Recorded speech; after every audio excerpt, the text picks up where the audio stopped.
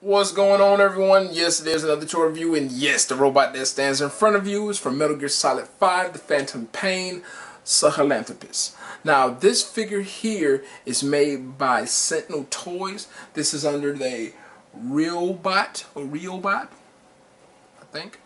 But this figure is freaking amazing. Period. So let's go ahead and jump into this review and see what this figure has to offer to see why I say that. So off the back, as always, let's go ahead and look into detail of the figure. This thing is packed full of nothing but detail. It looks great. Paint scheme on it is so well done. So I tried to be nice and put this on autofocus and do my review, and everyone works a little bit different. That shit sucked. It kept going out of focus, so I started over the review just because it was driving me fucking nuts.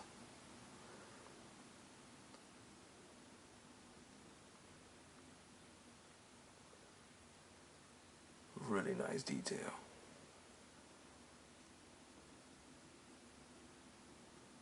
They did such an amazing job on this figure.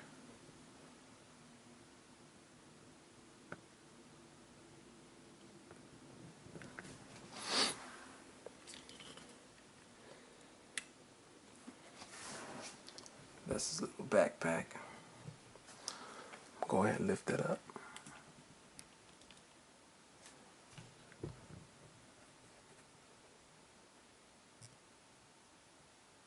Really nicely done.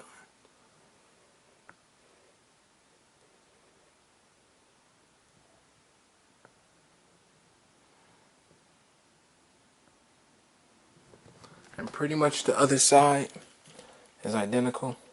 There's nothing really different on it. You see the same thing going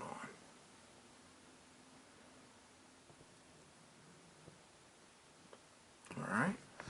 Now, Sahelanthropus stands about between 10.5 to 11 inches tall. I can't remember exactly what size is this snake, but to kind of give you an idea of size comparison, let's go ahead and zoom out a bit. And let's push him back a bit. So,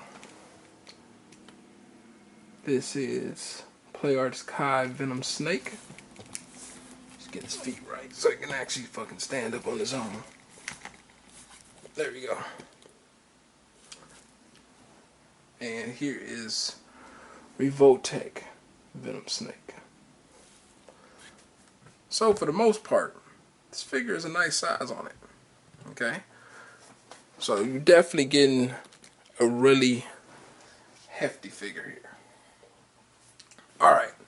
Now let's go ahead and jump into accessories. And that way, once I'm done with that, I can explain articulation. I'm going to try my best to make this review go pretty smooth.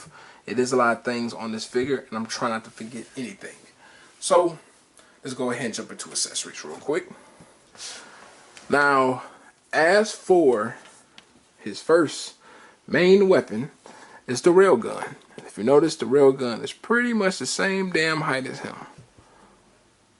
Okay? Now, also, on this, let's see if I can focus for y'all. There we go. Also on this railgun gets even taller. So it splits apart here. Alright. And then these things lift up. And if you put it back next to them, it's easily at 12 inches, maybe even a little bit taller than 12 inches. It's definitely nice height there. So that's the first weapon. And the cool part is too, by the way, this does have moving parts. So it's on a ball joint right here, which worked with the body. I'll go ahead and focus up close so you can see the details. But right here, ball joint, swivel right here. This go all the way around. Then you have a hinge up here as well. And like I said, they did an amazing job on this railgun.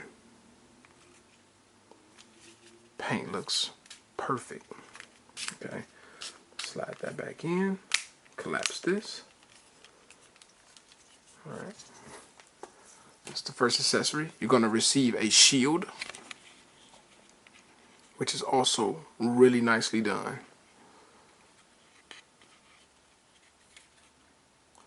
And this is also on the swivel here and the swivel there, just to work with your liking.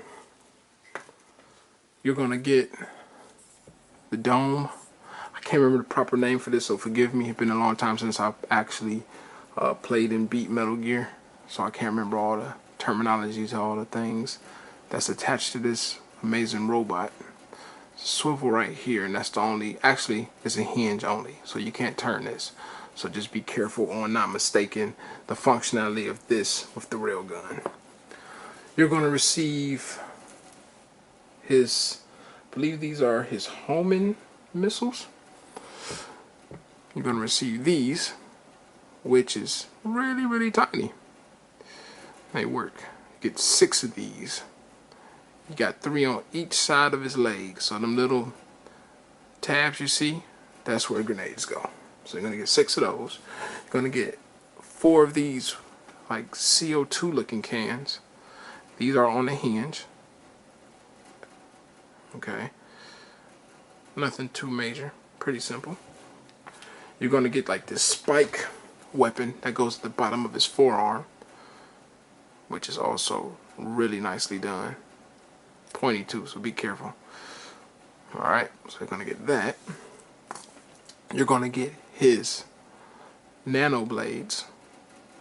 Really nice paint work. Let me see if I can zoom in to actually show y'all a little bit better.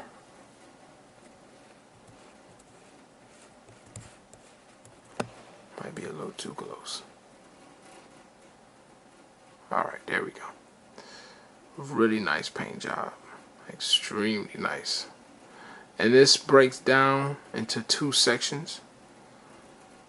This will break down top and right here at the top of the handle. So I'm going to break this apart so before I can show y'all for later and why it breaks apart in 3 sections. That actually makes a whole lot of sense. Alright, so you get that, well, you actually get 2 of those. So that is all of the accessories, and you do get the standard, somewhat standard Sentinel bases that you normally get with most Sentinel figures. It's designed the same, but in this case, it's a little more heavy duty due to the fact of this figure. They actually kind of took the Gundam route, which is awesome because it actually supports the weight of this toy, so you can do aerial poses, and it looks amazing. So just to let you know, before we get into articulation, this figure does have slight die-cast parts. That is why, if you notice, this figure hasn't tipped over on me, and it has fucking infant feet. So even though it has these small feet, they put the die-cast parts in such a great place where it just really well balanced. This figure will not tip over. I've put all the weapons on it, which I will be showing you at the end of the video and also in between, that it can hold its own. This is a really, really nice figure. But no further ado, let's get into this articulation. So his head itself, right here, is on a hinge / swivel. So his head can go up and down. Now, be careful because, like I said, you can swivel the head. Okay? The thing is, if you open his mouth, so I'm going to try to open his mouth from this angle, get about that much. So that's actually pretty good. But if you tilt the head, you're going to get less. So if I actually tilt the head down a bit and try to open the mouth, don't really have no place for it. The reason I say be careful is because if you try to swivel that head with the mouth open, you definitely will break something. So just be careful of that. You're going to also get a hinge in the lower neck, which causes him to look damn near practically all the way down. Let me go ahead and focus for y'all. There we go. So you can look quite a bit down. Now, also, if you notice in this backpack, it's a hinge here Okay, and that's due for transformation reasons. You do have, come down a bit, you do have swivels on the skirts, also for transformation reasons or for pose reasons, if you just want to make it look like it works. Okay, and you can kind of see a little glimpse in there. See this little part? You have to move the legs back to create the Rex mode. This figure does have two forms, like the video game, so that's really, really cool. Coming back up though, in the waist itself is on a ball joint. You don't really get too much movement. You get a little bit, but not much. So it can tilt about that far forward on the waist. Practically regular stand up when you're going back. And you can tilt just a tad bit to the left and right. Okay. You're also gonna get this really, really nicely done arm design. This thing, for this to be a robot, it's probably the most posable robot with this much heft to it that I've ever dealt with. So let's go ahead and push his head back. Now, his shoulder pads are on its own swivel, which is also really, really cool. And it has hinges, which prevent you from having any type of problems when posing the arms. Also was nice, let's go ahead and come in a bit. What's also nice about this, if you look right here, it's a ball joint socket here. So this arm has a nice amount of range. You have a hinge right here, which I really, really like, is that when you move the arm, that cap moves perfectly fine with it and then goes back into flush. You do have a swivel at the elbow, which can do a full 360. You also have double hinge elbows, which can bend from the top part of the elbow and the lower half. And then they can swivel from here. Really, really nicely done. The one reason why it gets so close as well is because it's meant for transformation mode as well. So let's go ahead and focus on this forearm real quick. Let me bring him back a bit. There we go. He has a double hinge wrist, which is definitely new to me. Really, really nice. Give a whole lot of range. You can even have him point. Let's see.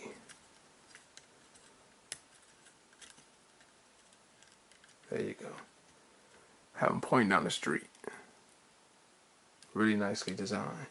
What's also nice, if you already noticed, you do get a swivel on the wrist. Okay. And then you have fully articulated fingers. So let's go ahead and pan down a bit. So you have 2 thumbs and 3 little fingers. And they all have really nice range on posability. Okay. Now,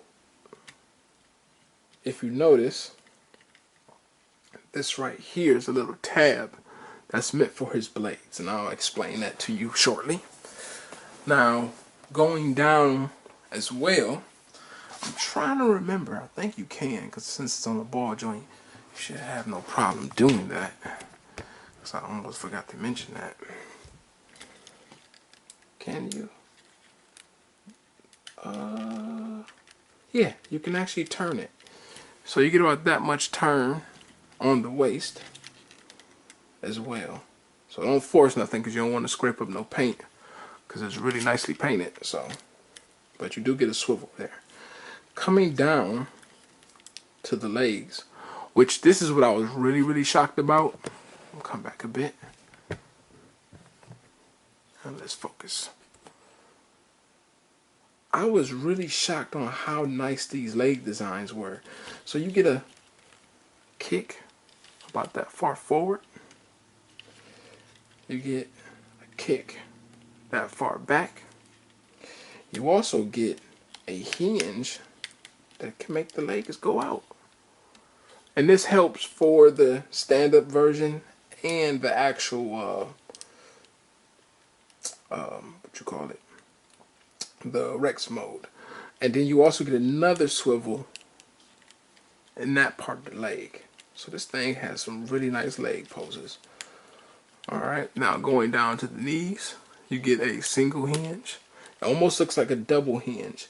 It might be a double hinge, but I'm gonna be honest with you, I wouldn't force it. It's really stiff on mine. You can try it out. I don't know if it is, but it does pose really, really well. Goes nicely back. Okay, and his cock pistol actually has articulation in it, and it's also meant for transformation mode. It can swivel as well, left and right. And you can do a full 360 with that swivel. So that works. Alright. And then going down, which I really, really like, is his feet. So let's go ahead and take a look at that. Going down to the feet, this is really, really nicely made as well.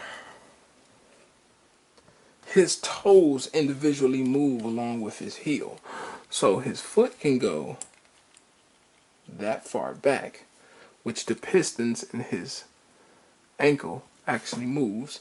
And then his toes go individually. And that definitely helps with balance. Now, as for... yeah, he does have one. So he actually has a pivot in the feet as well to get wide stances. Let me go ahead and focus for y'all. There we go. You can get a pivot. This thing is awesome. Alright. So that is all the articulation dealing with this amazing robot. Oh, one more thing. I'm a liar. Also, look like you can't, but this is what I mean by a well-painted figure. You actually have movable parts in front of the thighs for the exposures of the weapons. Really freaking nice. This thing is very nice. And then these parts right here is what holds the grenades. Like I was telling you earlier, these actually move as well. Now,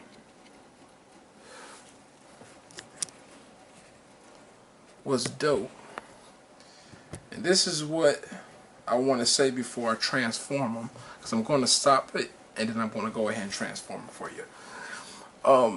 The thing is, when you're putting on his blade in his hand, this little notch here, let's see if I can actually, there we go. So you see this notch, right?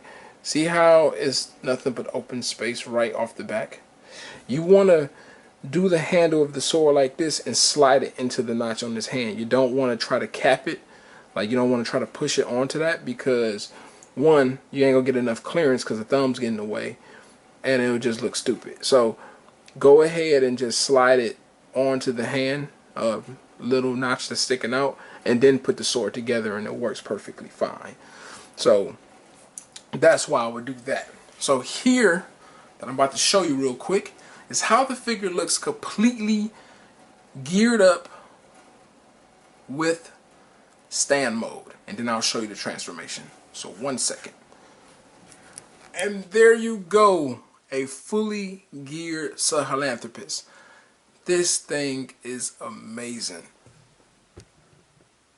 This thing looks phenomenal, fully geared. And if you notice, I have everything on it. Everything. And it's not on a stand. It stands on its own too. No stand needed. This thing is great. Now, there's a few things I want y'all to make sure be careful about when you are actually putting things on this figure. Some parts will seem like it doesn't go, but it will, and it just snaps into place. I'm going to go ahead and zoom in real quick. So, I already explained to you about the hand. This part right here snaps into the forearm really easy. That you don't have to kind of worry about. There's nothing to really look for. You just put it in place, push it in place. The only thing that seems kind of tricky first putting it on, I will have to say, his shield. So let me go and swivel this out of the way real quick. And once you put it on, it actually becomes fairly easy to do. So go ahead and turn this arm around so y'all can actually see it. Right here. So instead of how the spike actually goes in the lower part of the forearm, this goes into the higher part of the forearm. So this right here is what connects. It's going to have like this, almost like a little plastic lip on both ends. You want to just tilt the lip halfway into the arm and then just push it and the other part is snap into place. Once you put it in for the first time onto the figure forearm, it actually becomes really easy. And that's hilarious in that sentence. But whatever, the thing is, when you put it in there, it actually works the way it should work. Now, out of all the other accessories, I'm going to have to say that was it. That's the only thing that you have to be concerned about. Everything else is really easy. Oh, and the most important, the gimmick. So, the gimmick about this figure is the fact that it lights up. Now, what I love about it is how well hidden this actual gimmick is. Just to let you know, you're looking at the buttons and you're looking at the power panel right in your face. So let's go ahead and focus. This right here has a little tab. So you can get your nail up under there and you can pull and it will come out. You don't have to fight with it, just gotta have some nails. Now if you look at it, it's 2 screws and there's a little piece of plastic that separates the batteries on the inside. All you do is yank that out. Once you yank that out, push the button, and there you go. You have a working Sahelanthropus head that lights up. The light, just to show you how bright it is, it's not huge, but it's enough to get the job done. That is it, and it's still light in this room, so it lights up. Nothing too special, but you do get that. Alright, now on to the next step. Let's go ahead and look at transformation. I'll be back, bitch. Transformation is done. So, this is how it looks in its Rex mode. Really fucking sweet. They did an amazing job. I'm serious, like super nice. This is my only complaint, and it's nothing like the figure is bad at all. There is no, I don't have nothing to say bad about this figure, period.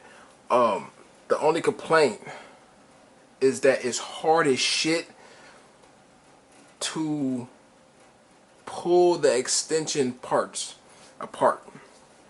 There's one part that's actually supposed to be pulled that I could not do.